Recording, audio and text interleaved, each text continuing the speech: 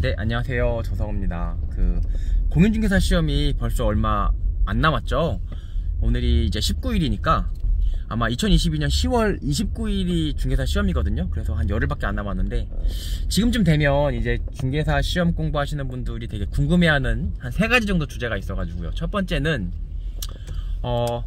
내가 중개사 따고 실장이나, 이제 남자는 부장이라고 하거든요. 여자는 보통 실장님이라고 하고, 실장이나 부장으로 남 밑에서 한 1년 정도는 일을 배워야 되는 거 아닌가? 라는 그런 고민들을 첫 번째로 하시고, 두 번째로 하시는 고민은 부동산 자리 어디다 하지? 얼마짜리, 뭐 1층에다 꼭 해야 되나? 아니면은 뭐 월세는 얼마가 적당하지? 이 고민하시고, 세 번째는 기존에 했던 부동산 중개사님들하고 관계를 어떻게 해야 되지? 뭐 그게 공동중개가 중요하다는데, 나 왕따 당하는 거 아니야? 막 회원제가 있다는데, 이런 고민도 해요. 제가 한 3년 전에 저는 땄거든요. 3년 전에 따가지고 누구 밑에서 배우지도 않고 그냥 혼자 용산에 그냥 뛰어 들어가지고 지금까지 열심히 잘 하고 있어요. 그래서 가장 솔직하게 한번 말씀드려 볼게요. 첫 번째 질문에 대한 거, 남 밑에서 일해야 되나? 남 밑에서 일하지 마세요. 첫 번째, 남 밑에서 일하지 않아도 되는 이유 첫 번째, 일단 그렇게 남 밑에서 배울 게 없어요. 중개사 일이라는 게 생각보다 단순해서 그냥 광고 열심히 올리는 게 제가 볼 때 가장 중요하고, 집주인들한테 전화 많이 하는 게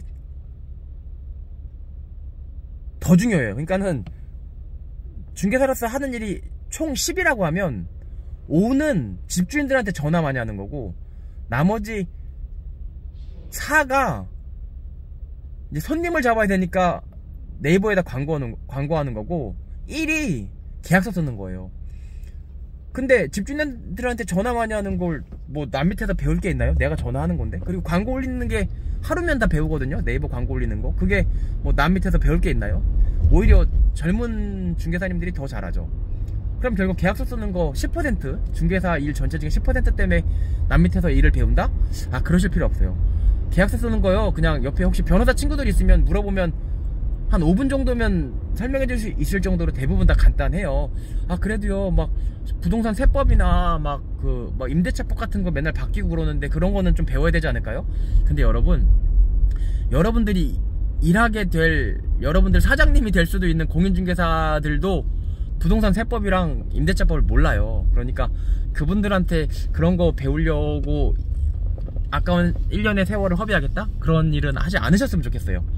그리고 가끔 이제 재건축이나 재개발 지역에 있는 부동산 사장님들은 좀 노하우가 있는데, 결국은 재개발이나 재건축은 물딱지를 팔면 큰일 나거든요. 그거 중개사고니까 물딱지인지 아닌지를 판단하는 그런 좀 노하우들이 있긴 해요. 근데 그런 것도 하다 보면은 충분히 배울 수 있습니다. 그래서 그것 때문에 남 밑에서 1년을 허비한다? 비추고요. 두 번째 질문, 그러면은 어디가 좋을까요? 자리는 어디가 좋을까요? 꼭 1층 해야 되나요? 1층 하는 게 너무 모범답안 같은 얘기긴 한데, 1층 하는 게 좋긴 해요. 좋긴 한데 월세가 1층이라는 이유로 엄청 비싸다? 저는 비추. 차라리 월세는 150 넘지 않는 게 좋다고 생각해요. 지하는 150이야 근데 같은 평수인데 1층이라고 해서 250이야 그러면 저는 지하로 가야겠습니다. 2층도 괜찮아요. 근데 2층보다는 지하를 더 많이 해요, 사람들이. 왜냐면 지하는 보통 지하 주차장하고 연결되는 경우가 많아서 좀 유동인구가 그래도 2층보다 더 있거든요. 그래서 저 같으면 2층보다는 지하를 더 추천을 하고, 1층이 좋긴 하지만은 월세가 100만원 이상 비싸다 그러면은 저는 1층을 꼭 할 필요 없다. 대부분 인터넷 광고 보고 오기 때문에 저는 그렇게 생각합니다. 그리고 꼭 부동산이 잘 될 때만 있는 게 아니에요. 부동산이 잘 안 될 때가 있어요. 그럼 그때 버텨야 되는데, 월세가 한 달에 300씩 저도 거의 300이 나가요.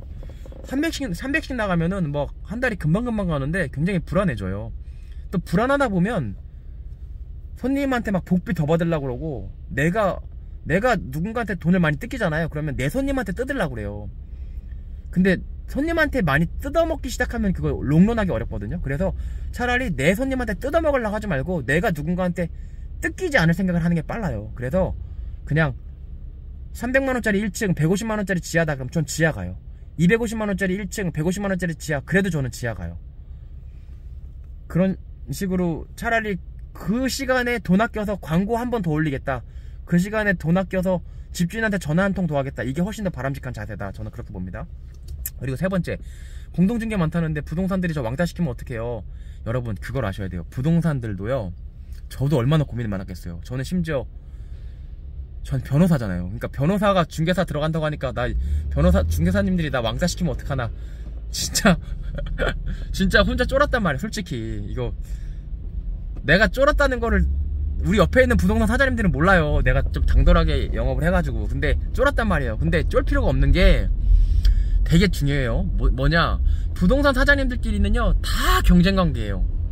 그러니까 여러분을 왕따시키려면 자기들끼리 똘똘 뭉쳐야 왕따가 되잖아요. 근데 똘똘 뭉치기가 어렵다니까. 자기들끼리 경쟁 상대여서 모래알이에요. 찰떡이 아니고 모래알이라고. 모래알이 안 뭉치잖아요. 그러니까 여러분, 나 왕따 당하면 어떡하지?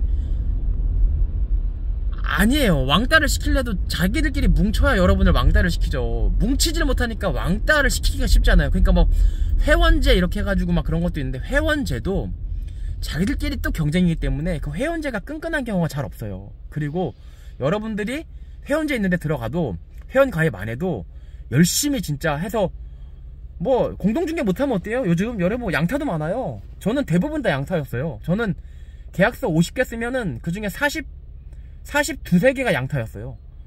공동중개가 10%도 안 됐어요.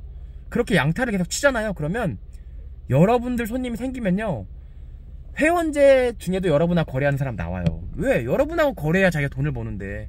그리고 비밀로 하자고 한다고요. 왜냐면 그들도 모래알이에요. 겁먹지 마세요. 그래서 막 하나하나 막, 야 회원제래, 회원제면 왕따 당한대, 그럼 돈 못 번대, 뭐 망한대, 뭐 지하에 하면 망한대, 뭐 또 뭐 남 밑에서 일 안 배우면은 뭐 큰일 난대, 막 별 얘기 다 하잖아요. 아유, 걱정하지 마세요. 걱정 안 하셔도 분명히 다 길이 있고. 보세요, 남 밑에서 일하면은 한 달에 150만원 100만원 받고 1년을 허비하는 거예요. 그럼 그 돈만 해도 얼마예요? 그거 털리는 거죠. 또 뭐 1층이 좋다 1층 좋다 그 말만 듣고 300만원 주고 1층 들어가잖아요. 그럼 한 달 월세 300, 1년이면 4천이에요 그 돈이 얼마예요? 또 뭐 회원제 뭐 왕따 당한데 무서워서 회원 가입하잖아요. 요즘 웬만한 회원 하나에 5천만원씩 받아요. 그럼 그 5천만원 어떻게 할 거예요? 그러면 그것만 해도 얼마예요? 벌써 뭐 1억 이상 손해보고 들어가는 거죠. 그럼 여러분 요즘같이 경기 안 좋은데 어느 세월에 복비 받아갖고 1억 다 환수하실래요? 그럼 언제부터 돈 벌 거예요? 제가 볼 때 답이 안 나오거든요. 여러분들이 노력하고 리스크를 극복하고 불안하지만 불안함 속에서 길을 찾아가는 그 어떤 여러분의 노력, 그 노력이 1억 원어치입니다. 명심하시고, 노력한 만큼 꼭 돈을 버는 게 아니에요. 돈을 버는 것만 버는 게 아니에요. 돈을 잃지 않는 것도 돈을 버는 거거든요. 그 노력이 결국 1억 원 이상의 가치가 있다는 점 명심하시고 한번 도전해 보셨으면 좋겠습니다.